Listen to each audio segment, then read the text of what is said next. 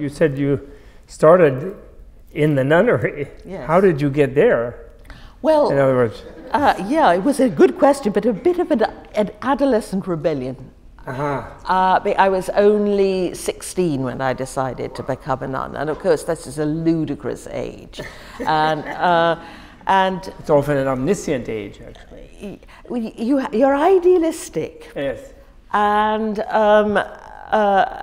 it was the 60s, early 60s. It was a bit like a sort of dropping out in a way, yes. you know, and joining a commune. And I wanted nothing to do in this awful adolescent sort of high-minded way with the materialistic lifestyle I saw all around. My parents were appalled, and that was probably part of it. Right. But I'm now very sorry for what I put them through, because if I had a daughter of that 17 years old doing something like that, I would be out of my mind with worry. Okay. And I'm now very sorry, because we weren't religious particularly at all. So you were doing the opposite. I wanted to find, I wanted to get rid of all this adolescent confusion and become wise and Buddha-like and inspired. And of course, because I was so young, I thought it would happen very quickly.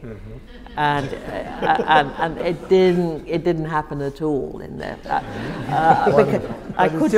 It's still wonderful that you were able to make that break. And yeah, but I had a slightly idealized, inauthentic view of what I would become. I imagined myself floating down the cloister with a serene expression, and nothing would perturb me or distress me at all, and this would happen immediately, and everyone would say, "Oh, look at that holy soul." And of course, that didn't happen at all. But I still am glad I did it.